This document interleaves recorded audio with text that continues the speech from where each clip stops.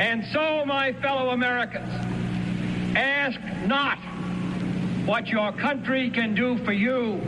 Ask what you can do for your country. Hands on Triple B and JOEB and the Triple B, baby, Triple B and JOEB. Rock on, get your morality. Triple B and JOEB and Triple B, baby, Triple B and JOEB. Rock on, get your morality. We're coming in. Always seeking the truth. About JFK. Here's the long-going podcast crew. And here we go. And here we go.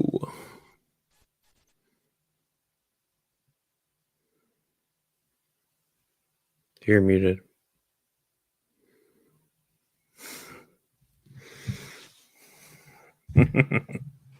Thank you, sir. Hi, Take two. Take two. Hi, everybody. Welcome to the Lone Gunman Podcast. This is episode number 280. I am but one of your hosts, the Triple B, Rob Clark, and along with me, as always, is the sexy beast from the Northeast, Joey Ooh. Scars Borelli. I Hey, man. like that name. Did you You just like come that? up with that on I did. top of your head? I saw that sweet, looks like a fairly recent haircut, man. You're looking smooth. Yes, that is true. Gotta keep it fresh, you know. Good. How are you doing, sir? I am glad it's effing Friday. I know that. This has been a hellacious week for your boy. And I'm happy to be here, though, in our safe space here at the Lone Gunman Podcast. And happy to see your smiling face again. And all of our peeps. Let's say hi to everybody, Joe. We got South to West in the house. Paul Vines is here. What's up, Paul? Bungled is in the house. Colleen, my Rocket Queen, is in the house. Hello Tiny from Oregon. Dancer, Mr. Jack Taylor, PSV. Hello, Bungle Colleen. Everyone Yes, else, we got- South and West. It had me worried there for a second. I didn't see a soul in the comments, and then all of a sudden, here they go. So that's good. That's good. Awesome. They have their alarm set. Hey, it's all good. As long as we're not preaching to a sea of no one, it's all good. Yeah. So how has your week been, Mr. Joe? It's been good. It's been good. A little hectic on my end myself, but just keep on carrying on. I enjoyed Quick Hits last week, and Yes, that was a fun one. I laughed a lot. I was having trouble. As did I. I was having trouble keeping my mouth, like, not laughing while my girlfriend was sleeping, and I did not do a good job. Yes, for those who know a lot of Michael Jackson songs, it was very enjoyable and very ad-lib to go back and forth like that, and always a good time on the Quick Hits with our buddy Doug. Yes. And as you may have noticed, folks, Roger was kind enough to redo the intro song for us and snazz it up a little bit, get our names in there, our full our God-given names, I guess, and not just be the Triple B and JOEB, but it sounds great. We got a new outro as well, so thank you, Roger, our music producer here at the Lone Gunman Podcast. And as always, thank you to these folks. Oh my gosh. Yes. Silk City hot sauce, baby. Joe, I'm telling you, they hooked your boy up. What'd they give you? Oh man, you should have seen the care package I got from Jeff. Whew. About 12 bottles worth. I mean, I'm good for at least 6 months, bro. Whoa. And it's all flavors that I've never tried before. So, whoa. I'm going to tell you right now, so far my favorite is black honey, bud. Black honey. Wait, that's different than the other honey. The other honey hot haban. No, That's hot syrup. hot syrup. Yes. I have that one. Yes. Yeah. My girlfriend likes that with pancakes. Yeah. This is what did I say? Honey something. Honey something, but it is a beast. My God, it comes in a small bottle. That you're screwed. Then they won't even give you a full size bottle of this stuff because you're gonna burn your face off. Wow. But it's almost like a hot barbecue sauce taste to it. It's very delicious on the hamburgers. Yes. I'll say. PSP Odyssey actually just asked, "What do you eat them on?" I actually have different sauces for different things. Like I'll have a different sauce for, say, tacos, right? Like the green one, and I'll have one. My favorite, honey hot habanero, usually on eggs. But then if I'm having something barbecue-y, I will have one of the more barbecue tasting ones. And thank you, Paul. And Roger and Doug are in the house. What's up, fellas? Hello, Warren from the UK. And thank you, Paul, for your kind donation. We truly appreciate it. But yeah, dude, we put it on eggs. You spice up your chili with it. I use it in nacho cheese dip along with some salsa and nacho cheese. Put a couple drops of that stuff in there, boy. Woo. Yeah, you can ride that shit to the moon. But it is delicious and highly recommend. Grab yourself some. You can find the link in the description of this very show. So, Joseph, without further ado, I have an update, sir. Yes. Yes. What is that? For those of you, and actually I had a couple messages for folks who can't find our missing episode. It is over at Locals, and it's free for everybody to watch. You just have to join our little community there. It's free to join. And you can watch the missing episode 278, which is called Swatting Flies, which is where we destroyed Corey Hughes in the movie JFK. So if you haven't checked that out yet, head over there. We couldn't do it on YouTube because of, well, you'll see why. But yeah, we're offering to swat flies. Yeah, I have an update from the movie creators. So yeah, buckle up because this one is a doozy, Joe. I mean, you know how we destroyed the movie, right? Yes. All right, here we go. And you hid this from me, so I do not know what's coming. I did. This is all a surprise for you and Joe. So here you go. Boom. This is a clip from Raised by Giants.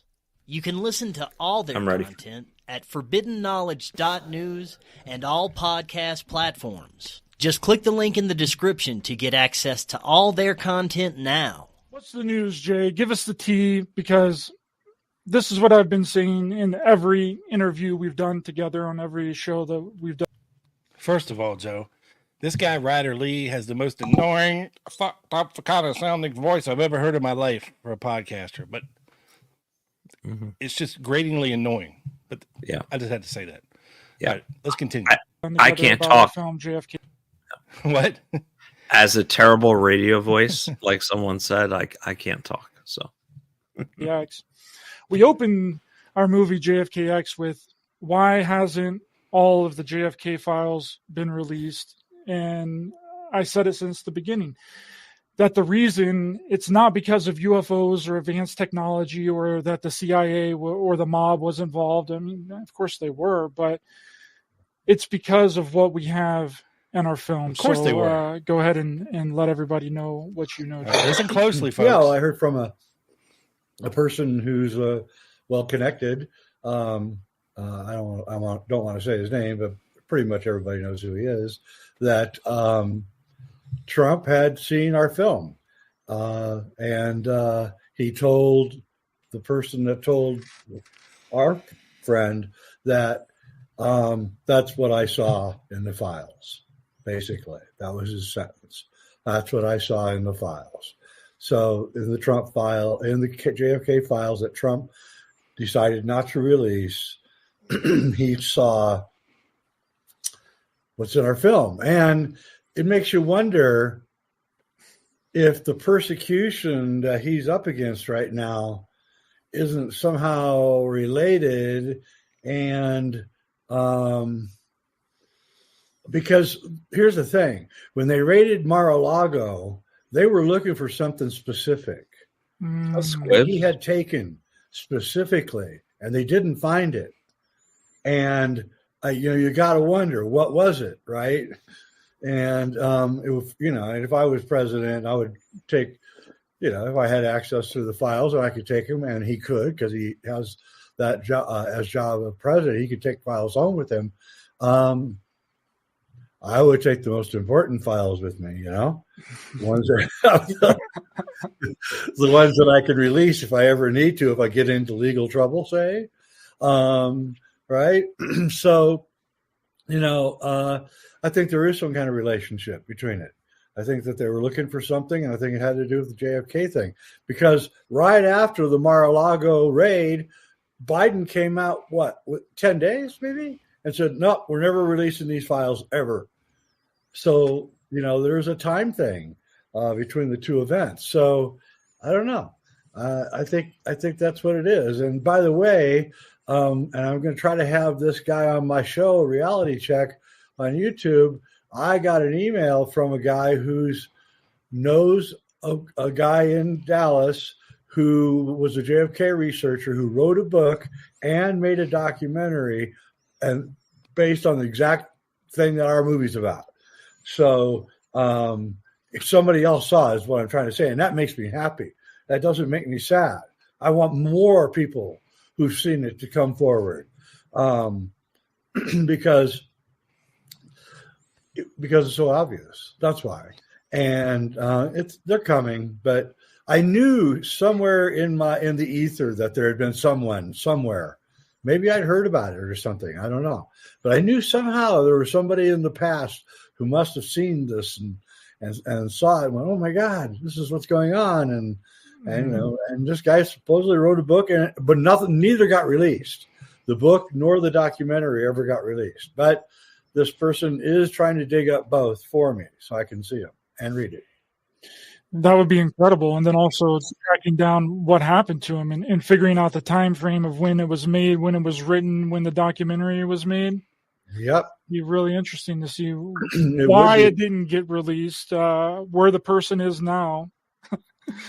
Because that might be what we're looking at in our future too. But I don't think so. I think it's the cat's out of the bag. Everything is all right. And it's interesting too, because if this is true and the former president saw our film and confirmed it, I mean, that speaks volumes to what we've created and what we've done. And it just proves that, that we've been correct, and all the people that don't like it, or all the people that think that it's nonsense and that we're just making stuff up, like, watch the movie, see the evidence that we provide. We provide you evidence. We show you what's going on. And there's things about the documentary that you just cannot deny.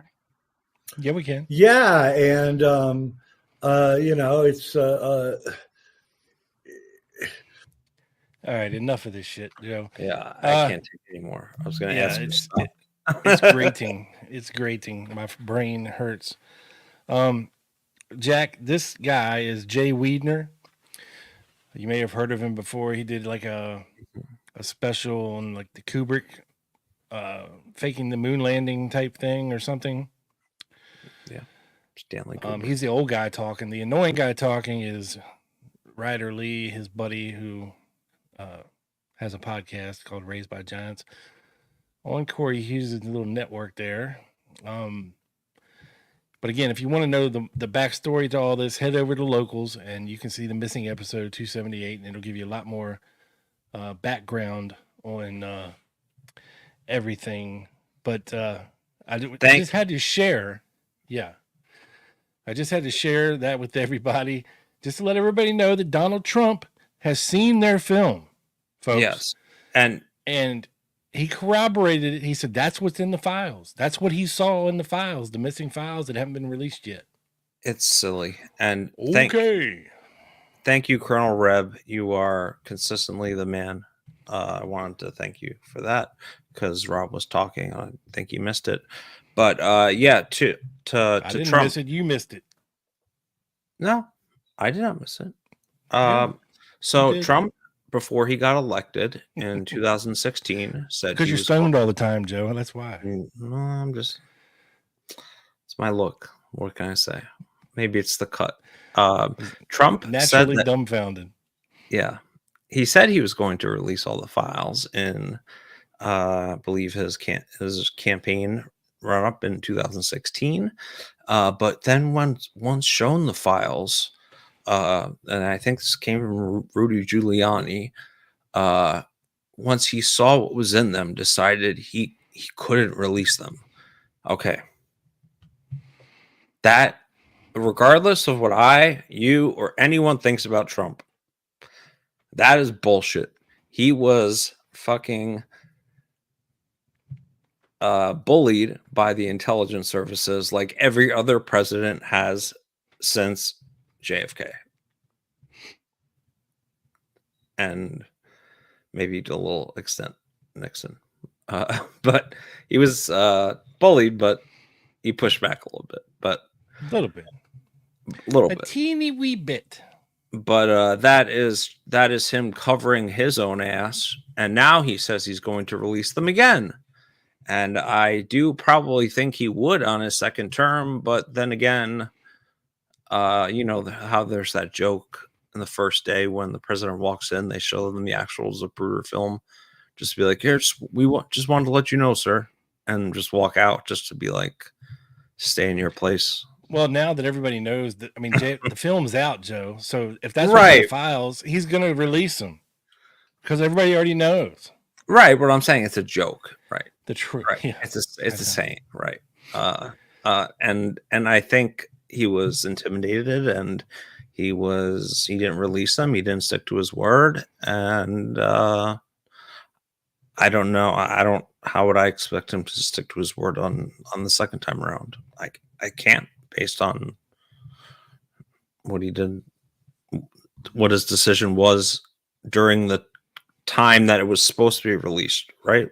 2017. Yeah.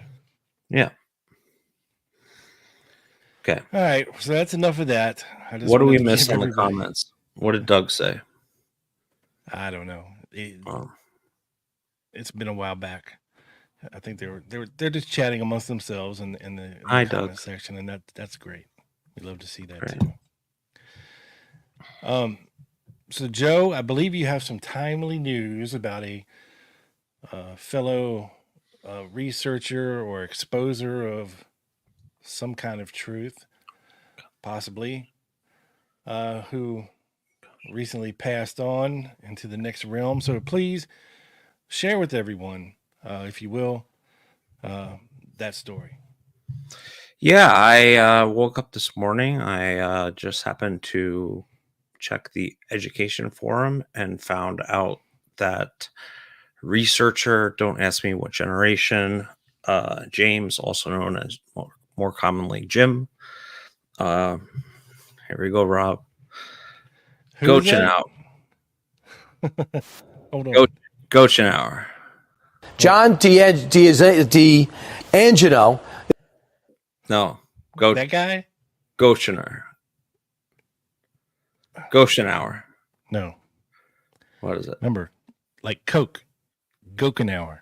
Gochenauer. Okay. Jim Gochenauer. Gochenauer. And he has a very interesting, pronunciation. The only reason I know that, Joe, is because I had a teacher in high school named Mr. Gochenauer, and we called him the Gooch. Mm-hmm. Yes. So, yeah. And people are familiar with my pronunciation sometimes issues. So obviously, no disrespect to the man, and we wanted to talk a little bit about how he was tangentially involved in the JFK assassination, in talking with Secret Service agent Elmer Moore. And there's some very interesting stories that he tells. And we have, ironically, Rob, you covered some of this a few episodes ago. Ironically, I did. Yes. It Unbeknownst was to you. no, I knew It was it. just It was a very forgettable episode, folks. I guess. no, I don't think it was forgettable. I think it was complicated. Not complicated, but it's not the easiest, as you'll see, not the easiest thing to put together. Hold on here. That's just because it's a lot of he said, she said bullshit. You know what I mean? Right. And a lot of here, like objection, hearsay type of things. Overruled. Hold on, I'm bringing up now. I apologize. And yes, this was your thumbnail for that episode. Gooch. Elmer Moore is on the right, and that is Hosty in the middle there. Elmer Moore was a Secret Service agent from 1945. He actually was 143, then joined the Coast Guard Intelligence for 2 years, which is interesting. I didn't know they had a Coast Guard Intelligence. And retired in 1976 and was assigned to Dallas. They have to know where all the sharks are, Joe, at all times. Yep. In November of 1963. But ironically, he claimed that he was in San Francisco at the time, which is really interesting. He's most commonly known and to have alleged to have threatened Dr. Malcolm Perry at Parkland Hospital to convince him to say that the neck wound could have either been a frontal or a wound from behind. It would be hard to tell. And where this researcher comes in, I'm going to call him Mr. Jim, developed a rapport with Elmer Moore. The Gooch in 19. That's perfect. And starting in 1970 up until about 1972, and had phone conversations with him, corresponded with him, and eventually just went to his office one day and talked to him for 5 hours. And Rob talks a lot about that on his episode number 254. But ironically, of course, this always comes up, Elmer Moore said, if you really want to figure out what happened, follow the money and look into a guy named James Hubert Martin. He didn't say Herbert. And Marina's Trust Fund. James Hubbard Martin. He might have said Hubbard, but he's pronounced it Hubbard. Yes. James Hubbard Martin. Yes. And he was very, there's a lot of money flowing around there. Hold on, let me stop that. And, there's a lot of money flowing in. We talked about how Marina had, $700,000 in purchasing power in that account, in that document a few episodes ago. We talked about a skim and how much other people were taking from that. You can imagine a scenario where the Secret Service, who let Marina and family into the custody of Mr. Hubert Martin, might be that maybe they didn't get their share price. I mean, I don't know why you would kind of mention that, but it's not a crazy situation to envision, to be honest. And so he stated he was actually in San Francisco, as I had said, but I found a couple of HSA documents. One has to do with an interview of his wife, Annie Ruth, on your right, which happened on 10/20/77. Annie Ruth? Yeah. Baby Ruth? Woo. Baby. And woo. written down is something very interesting. Come on, Joe. The Goonies, man. The Goonies reference. Bro. And don't even say you've never seen the Goonies. I will shut this live stream down right now. I have. I'm just not like on a level of like I can quote The Sopranos.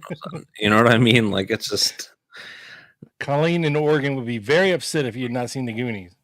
Okay, well, how about this? I will rewatch the Goonies just for her. Okay. And continue, sir. Yeah. When you said Annie Ruth, I was thinking Baby Ruth. Okay. So it's just interesting that it says eyewitness to assassination. And on the left-hand side, on the bottom, I don't know if you can see this because we have a little banner, but it says transcript is available, numbered file 05, blah, blah. Moore was eyewitness to the assassination. Slide 1, 32 minutes in, which is the same slide number they have in his wife's folder as well. So what was the Gooch doing? Well, he was corresponding with his Secret Service buddy and Mr. Moore, and was also corresponding with Mr. Harold Weisberg. And I'm going to show you how he was kind of, I don't know. My dearest Harold, thank you for your advice. Trying to proceed with C. I'm sorry. I'm sorry. I'm just trying to read this here. Oh, if you want to, it's not that hard. Actually. It's okay. That's okay. Yeah. Please continue, Joe. I'm sorry. Yeah, and it's essentially how they're talking about perhaps the Miltier Miami tape dialogue might loosen him up, and they're talking about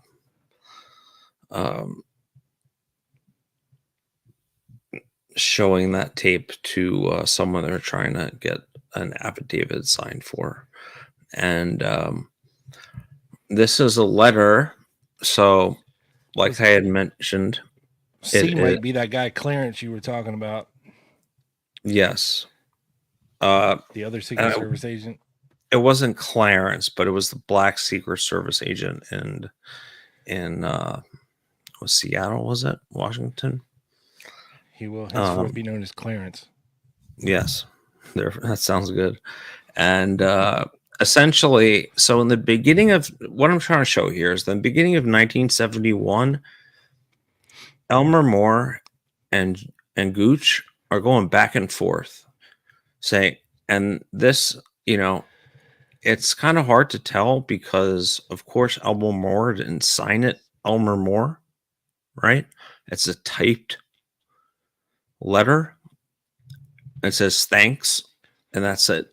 Like, he's not gonna. He doesn't need to put his. This could be easily faked by the Gooch. Correct. So we have to keep that in consideration.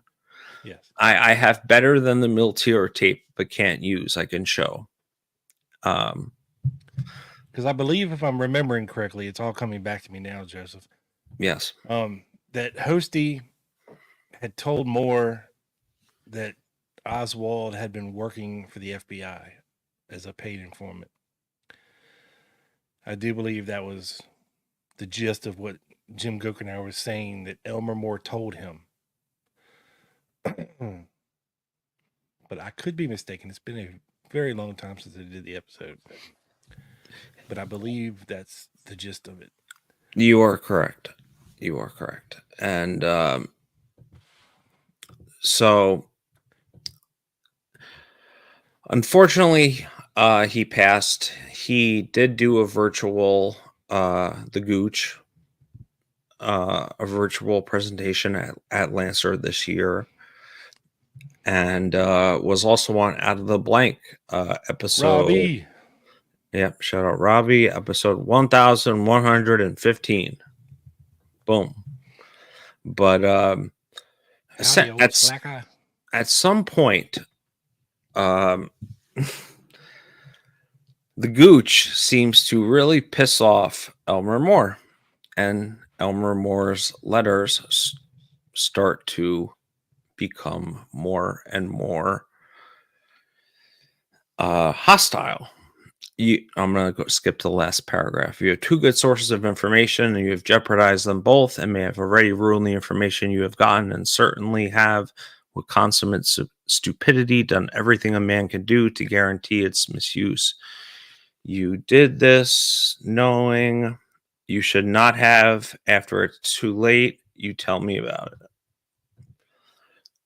I knew that you would be seeing Sprague before your letter reached here. And this is like 4 years before the church committee. And you referred to the committee, Rob, in that episode. Well, this is a different Richard Sprague they're referring to here. Oh, I'm sorry. Okay. There's Richard Sprague, the researcher, and there's Richard HSCA guy. They're two totally different people. Okay. Well, but yeah, it does not specify which one. It just says Sprague. So, and this is pre-HSCA. Nobody would have known who the hell that guy was. But Sprague, the researcher, was active in the 60s and 70s and stuff. Right. So, Mr. Elmer Moore was, in Dallas interviewing Ruby. That's pretty common information. But one thing I found very interesting was that when Jack Ruby died, they left him in the custody of a Secret Service man, and that person was Elmer Moore. And he was, if you have a guy who can be trusted, what do? You stick with him. And I think Elmer Moore was a company guy, and whether everything Mr. Gooch had said regarding what he said about JFK being, a traitor, and them having books from the depository signed by Roy Truly, which he did say. I listened to it this morning, and still had that hate in 1971. You're talking 8 years later. This is way before those investigations would start to pop up. Maybe they felt they were invincible, and some stupid college hippie guy, which the Gooch was at the time, they found him funny, and they talked to him. And yeah, a lot of people hated this guy right here. A lot of people, for many different reasons. So it's not out of the ordinary for even Secret Service people to hate this guy right here. Yeah, just had to interject that, Joe. Yeah. So I think, he did a lot of good research. He talked to Lavelle and a lot of other witnesses as well. And, I think he was a good researcher, and regardless of whatever thoughts any of us might have, we should thank him for his work and his contributions to this case. And we do hope you rest in peace, sir. Yes. And now, Joe, would you please answer Betty's question? Go back to the 2-hour James Herbert Martin video. It's long. Yes, we did a whole episode on James Herbert Martin. He was essentially Marina's babysitter after the assassination until the time of the Warren Commission hearings in D.C. Definitely a lot more than that as well, if you know what I'm saying. And a whole lot more than that, quite possibly. And it's very interesting. So we have a lot of stuff. If you go back to the under our channel, I believe it's all in the live section. Yes, you have to click on the live tab. Yeah, the live section. The videos are just pre-recorded videos. You have to go to the lives to catch stuff out, but I think you can click on podcast and then click on the Lone Gunman, and it'll show everything there. So all together. James Herbert Martin is a fascinating character. He, mind blowing, and when you watch the episode, you'll understand. And a lot of research. Bungles, I don't think it was just because it was a Yankee Cowboy thing. I think it was because of his policies and his good looks and his hot wife and his perfect little family and his blue blood and his religion and lots of factors. Just made this guy easy to not like. Bay of Pigs and all that jazz, and you name it, he was on a lot of people's list. And the first Catholic president too. Yeah. Which a lot of people did not like. First Irish Catholic. Right. President. Yeah. Right. So first in a lot of ways, and that's one of the issues with trying to figure this whole thing out, is that he did have so many enemies and so many possible people that could be, you can make a circumstantial case for. Yeah, exactly. All right, Joe, you ready to move on to yes, sir. What I got? Yeah. Yes, sir. Let's do it. Well, I came across an HSCA investigation of William Turner, who was a former FBI agent. He worked with the Garrison investigation. He was behind the Ramparts magazine, and he was able to interview many people associated with the case. And I came across an HSCA investigation of his lost manuscript that never got published. So, on December 22nd, 1977, John Hornbeck, Patricia Orr, and Betsy Palmer traveled to the home of William Turner in San Rafael, California, to interview Mr. Turner and review his files, which he has accumulated in connection with a book that he is writing on the assassination of President Kennedy. Now, he never did write a book about the assassination of President Kennedy. He wrote a book about the assassination of Robert F. Kennedy. So this book never came out. And it was entitled, his manuscript was entitled The Cuba Project, and it dealt extensively with Oswald in New Orleans. The activity centered around 544 Camp Street in New Orleans, and Oswald's connection with the Cubans in New Orleans.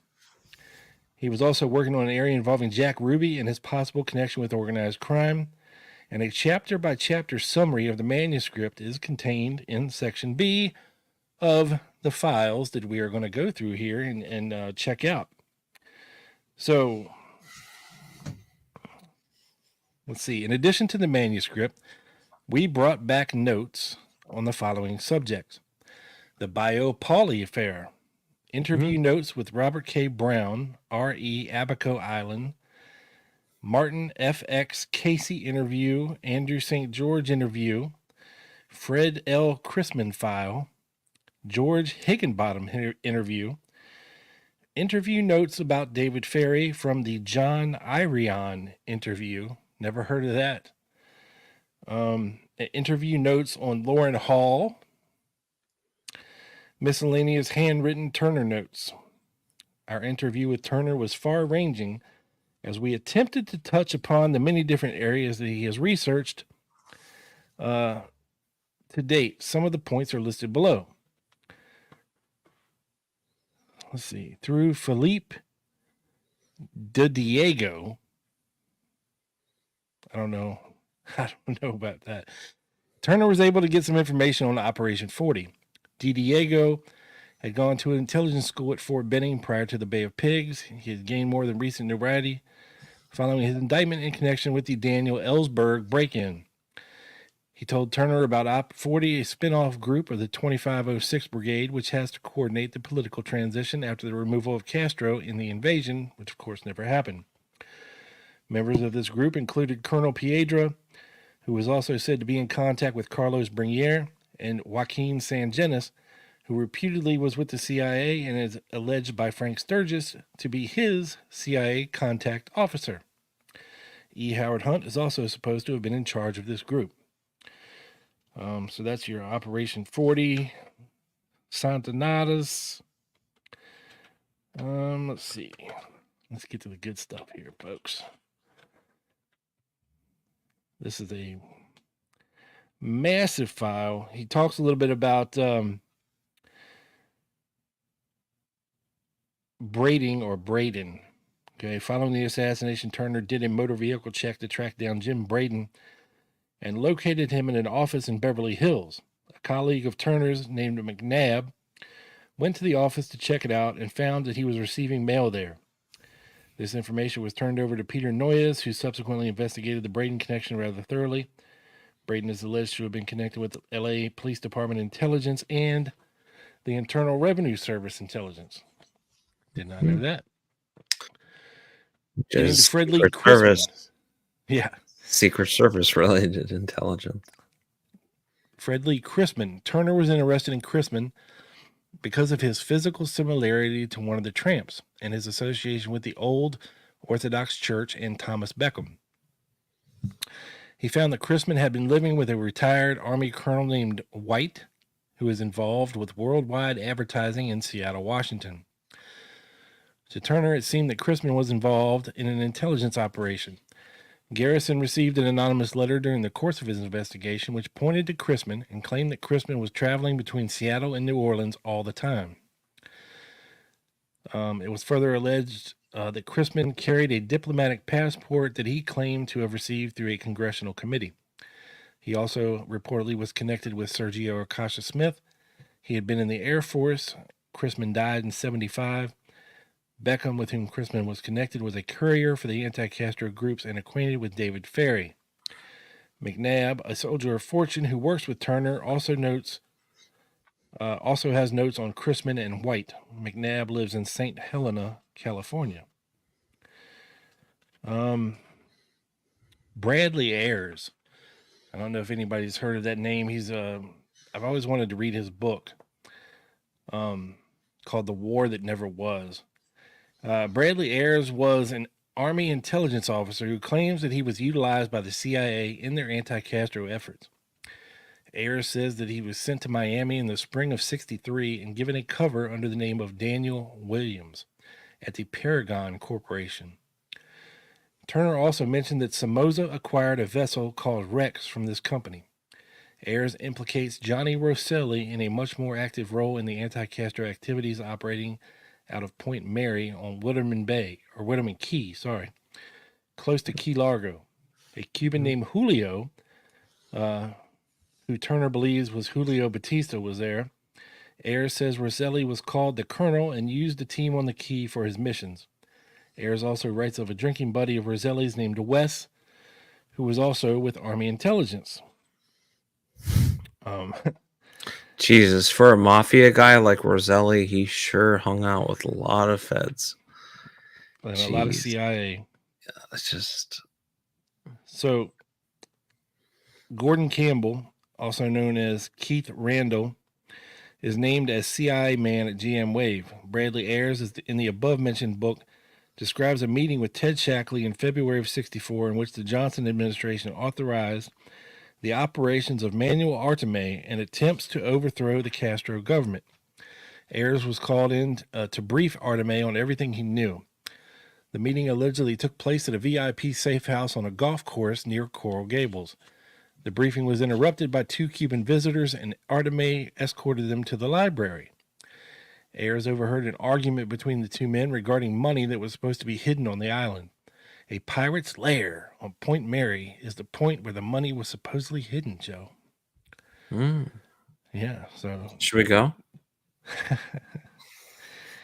Turner spoke briefly regarding Osmond Moody, stating that he used Howard Hughes' money for the AAA group in the early 80s, as was the apparent owner of the island on which the money and arms were hidden. So this goes into, Howard Hughes, Johnny Rosselli, Robert Mayhew, you name it. Next up, they talk a little bit about Carol Jarnigan, who I've done a couple shows involving. He was a lawyer in Dallas who claimed to have overheard Ruby and Oswald talking in the Carousel Club. And the way that Turner describes him is a witness that Turner feels may merit another look.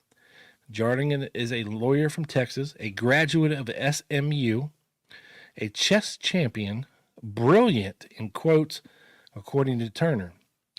Jarnigan wrote a letter to the FBI after the assassination describing an event alleged to have taken place on October the 3rd, 1963 at Jack Ruby's club where Jarnigan had taken a girlfriend.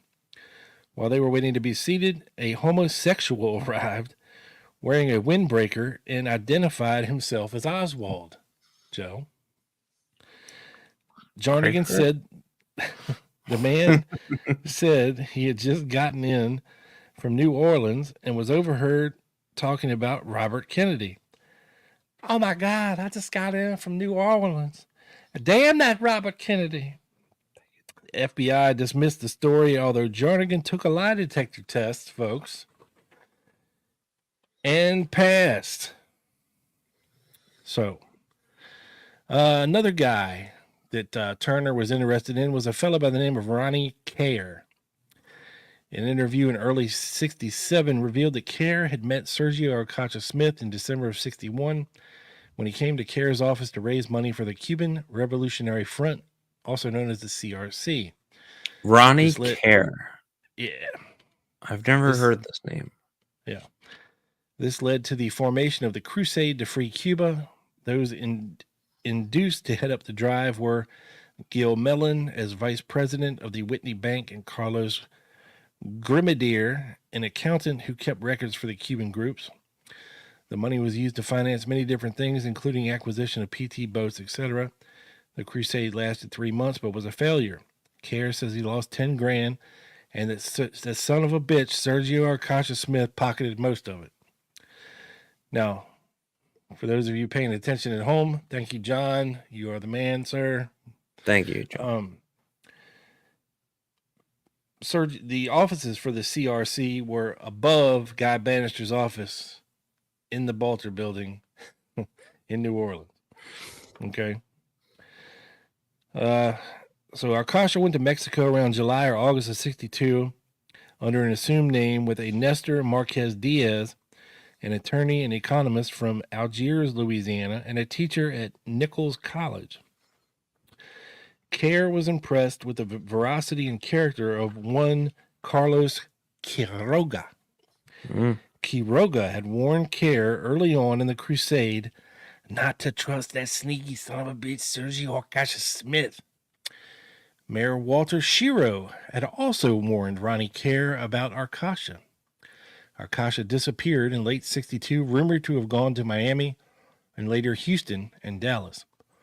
He had been working on the Pan American Life Insurance Company account when he left. A guy named Ernesto Rodriguez was said to be the leader of the anti-Arcacha faction. Now, him and his brother also claimed to have been meeting with Oswald at some point. Yeah, they were serious players. Arcacha had mentioned to Guy Bannister on occasion that although Kerr never saw the two of them together, Arcacha had told him about driving a truckload of plastic explosives from Yuma, Louisiana, to New Orleans prior to Kerr's meeting Arcacha. Excuse me, Rob? Yes, sir. It's Houma, Louisiana. Homo, Louisiana. You want to know why? Why? Because when I was in like middle school, and you know how you take those middle school trips to Washington, I met a girl from Houma, Louisiana, and my dad and my stepmom took me down to New Orleans, and I took a Greyhound bus down to Houma, Louisiana, and met up with her. Apparently, Colleen, it's about who's telling the story, apparently. So that I'm just funny Yes. that name came up, but I have heard that name. But Homo. Yes, and also Colleen asked, I thought Carol bombed the detector tester. You just put that up. I did. Okay. Kerr said Lee Harvey Oswald once applied for a job when Kerr was working at the Segali building. Oswald came in one day about the time of the WDSU interview. So apparently Oswald applied for a job somewhere in New Orleans at the Segali building for something. Kerr said he didn't know Ricardo Davis or Ferry. He vaguely recalled the name Miguel Torres and runner for the Crusade. He remembered Carlos Bernier, Miro Cardona, Luis Sanchez, Louis Bodefall, and Tomas Campa. Akasha knew Manuel Gill of the American Sugarcane Association. Gill had been formerly with Alpha 66 or the CIA, Kerr thought. So now we get to Guy Bannister, Joe. And according to Turner, Guy Bannister was connected with the training camp in Algiers, Louisiana, with Nino Diaz. He trained Cuban exiles for diversionary activities to be conducted during the Bay of Pigs invasion. Turner, probably because of both he and Bannister had FBI connections, showed a good deal of interest in Bannister and felt that his activities in New Orleans in the early 60s indicated that he, Bannister, had connections with various intelligence agencies. I would concur. For Shizzy.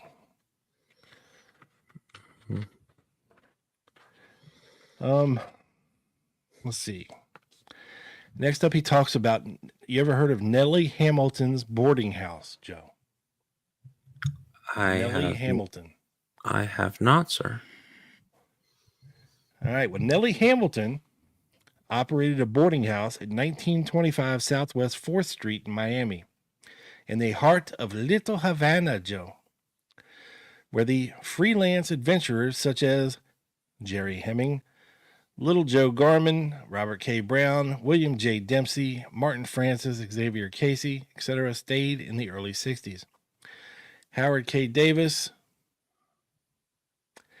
and I'll put this as nicely as I can, FBI snitch Howard K. Davis, recalled the night Rolando El Tigro Masfer sent over a truck to pick up a few of Nellie's boys, as they were known, for an action.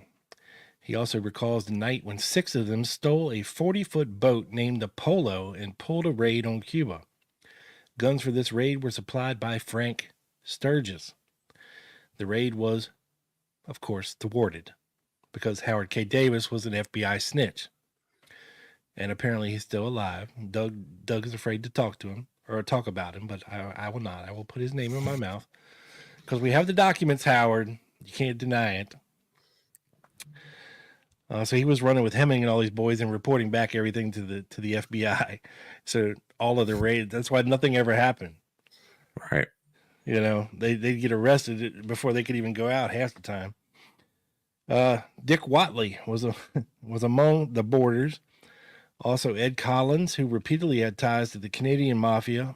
Nellie's was a kind of command post for these freelance action stars. Let's see.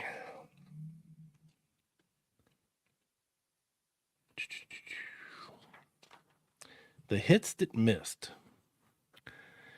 So he talks a little bit here about Bill Harvey. The CIA was dumped in June of '63 as the head of Cuban Task Force W and transferred to Rome Station as a result of his clash with RFK over the missile crisis. Yeah. Johnny Roselli gives him a farewell dinner. Roselli's poison pill plan to kill Castro had failed. He also was using a sniper team based at a CIA safe house at Point Mary on Upper Key Largo. Captain Bradley Ayers, an Army officer posted at JOEB, recalled that during an orientation tour of CIA facilities in May of '63, Rip Robertson took him to Point Mary safe house for overnight stay. Ayers said Colonel Johnny Roselli was, like Rip Robertson, one of the few Americans authorized to actually go on commando missions into Cuba, and Rip Robertson was a certified bad mofo operator. Okay? For sure. But was Johnny Roselli? He's like, wasn't he Handsome Johnny? Was he that type of operator? Apparently he was, man. That dude wasn't scared of nothing.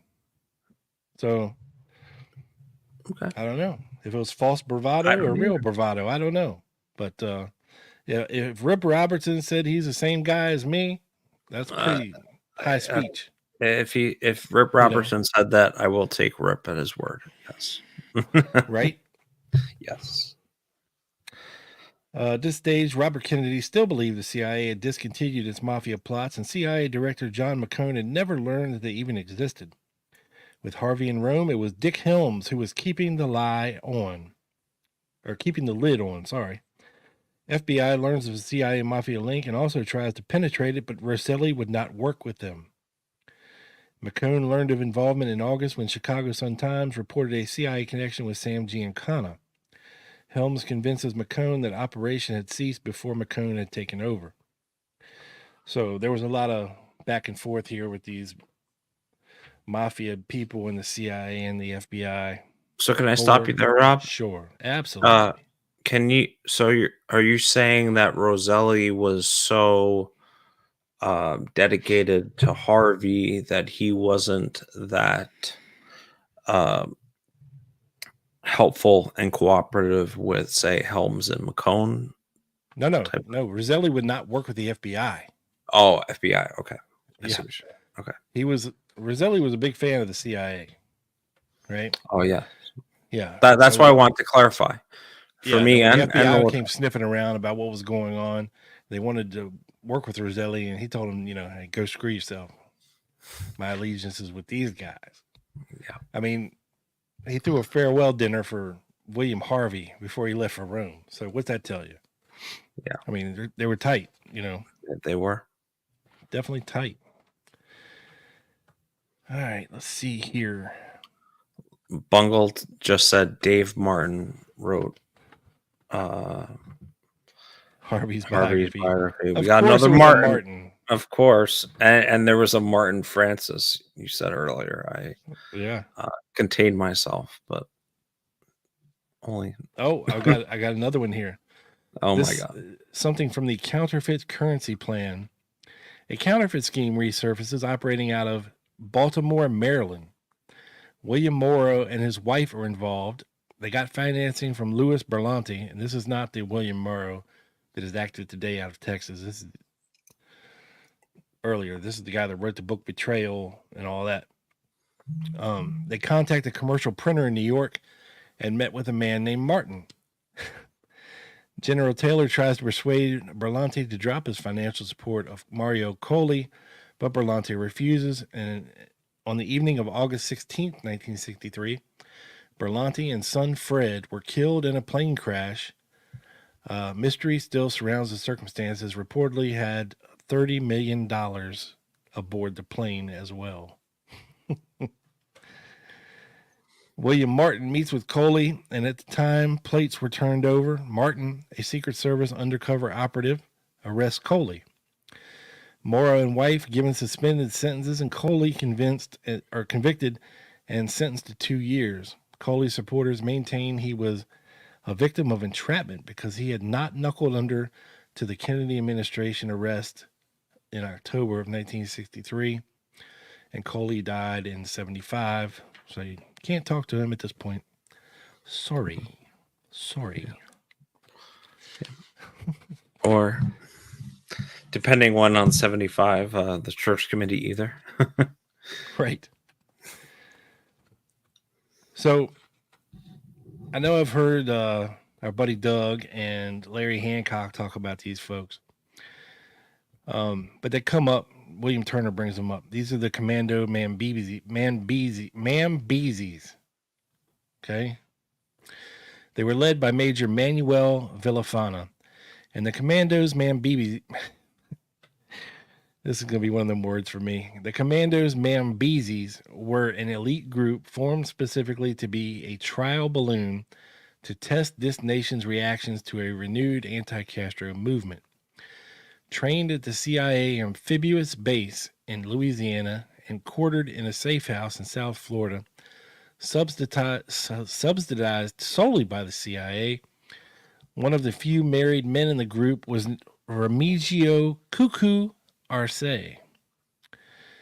Mambeezes would mount a spectacular commando raid on vital Cuban coastal installations. Press releases would be issued simultaneously in Guatemala and relayed to Miami radio stations. Creation of Commandos Mambesi stemmed from discussions of standing group during the spring of 63. Robert Kennedy expressed opinion that U.S. needed to do something against Castro, even though actions would not bring him down. It was at this time that Harry Williams was still meeting with Hunt and McCord to plan an expeditionary force to be based in the Dominican Republic, and Artemay was training troops in Central America. And on June the 19th, JFK authorized a sabotage program aimed at petroleum facilities, railroad and highway transportation, electric power communication lines, and manufacturing plants. It was aimed to cripple Cuba's economy from the inside out. It was coupled with an effort to develop internal resistance elements which could carry out sabotage from the inside. This is the first time CIA was allowed to target installations that had been previously American owned. So very interesting stuff here from William Turner. One other thing I wanted to touch on from Turner, and that is the relationship between Castro's gunrunner, Ray McCown, and Oswald and Jack Ruby. So McCown was a known gunrunner for Fidel Castro. He was arrested in 1958, and Carlos Prio for smuggling weapons into Cuba for Fidel's Castro revolution against Batista. McCown served 6 months in jail, returned to Houston, and wished to stay away from any further gun-running activities. Turner suggests that McCown was contacted by CIA and Miami, quote, intelligence officers for various assignments. About a week after Castro assumed power in Cuba, McCown was approached by Jack Ruby, who wanted him to use his influence with Castro for the release of 3 persons jailed in Havana. Turner discusses the alleged McCown-Oswald contact of late August 63, which was reported in the CBS special report on the JFK assassination on December the 7th, 1975, entitled 3 Witnesses. Turner said CBS did not air McCown's account of his Ruby contacts and no one asked him, but a friend of his, Sam Neill, corroborated his story about meeting with Oswald. Also mentioned is a visit by George de Mohrenschildt to McCown soon after the Oswald visit, in which de Mohrenschildt advises McCown not to take Oswald seriously.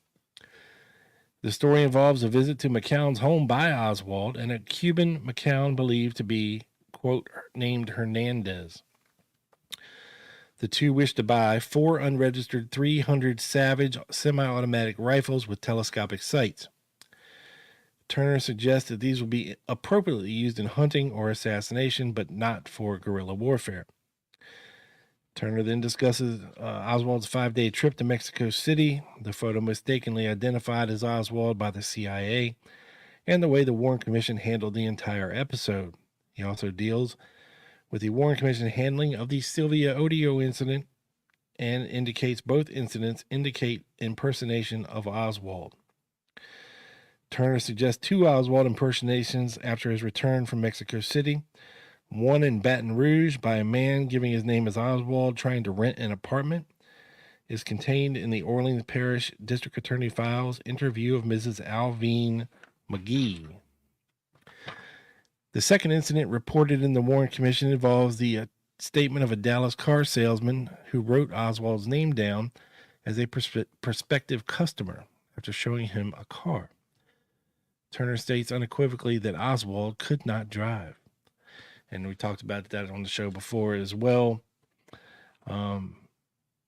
So you kind of get an idea of where his book was going when he, I don't know why he never released it or never finished it or what the deal was, but it was important enough to send 3 or 4 investigators from the HSCA and fly them out to California to talk to this guy and to go over his files and his manuscript.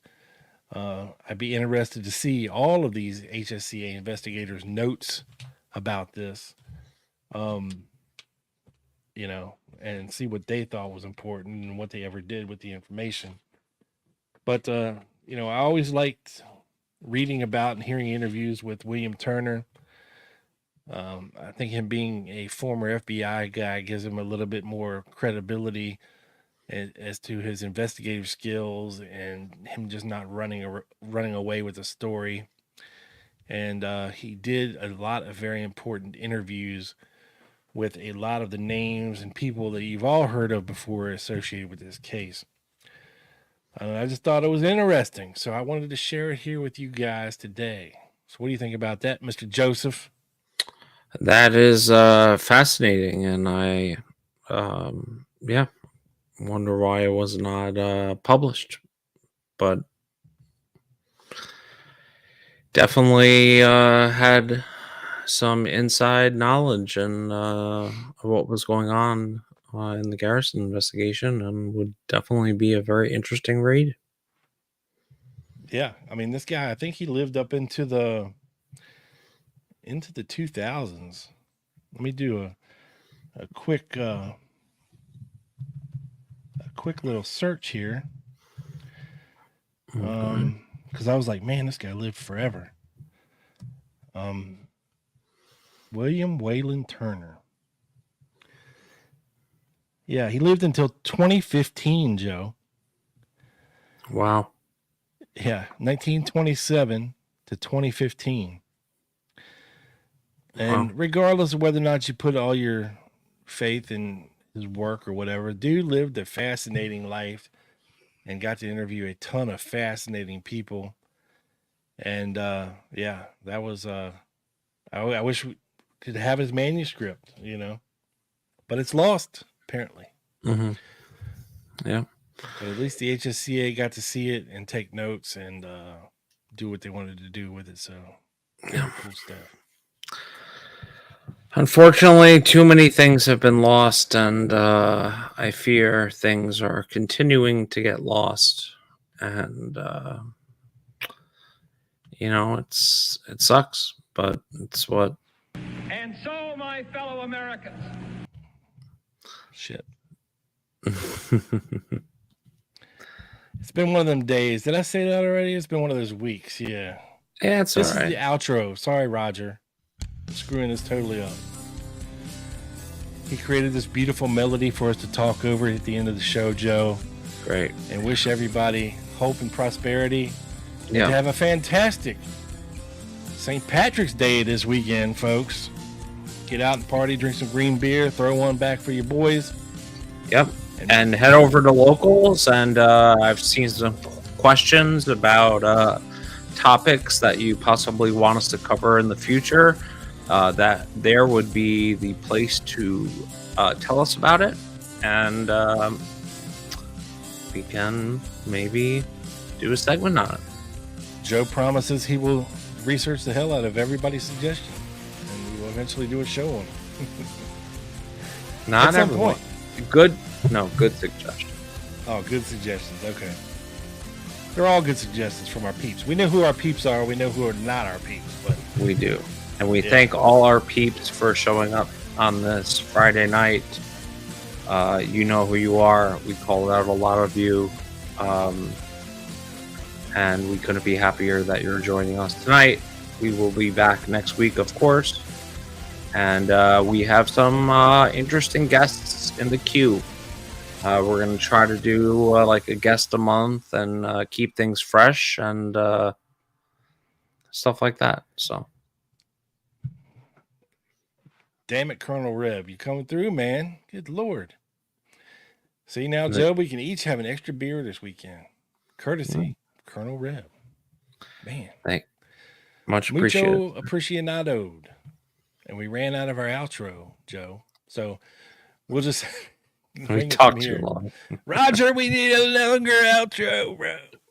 No, it's plenty long enough. Just Joe takes forever to form a sentence. It's all good. Thank you, Jack, coming through in the clutch at the end. You were the man, sir. Much appreciated.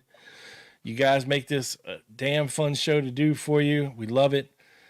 We got a great core group of folks here, and yeah. You guys make it worthwhile. So enjoy your weekend, folks. And me and JOEB, will see y'all next week. Same bad time, same bad channel. Unless we tell you different before then. But anyway, that's it for us. Thanks for joining us, folks.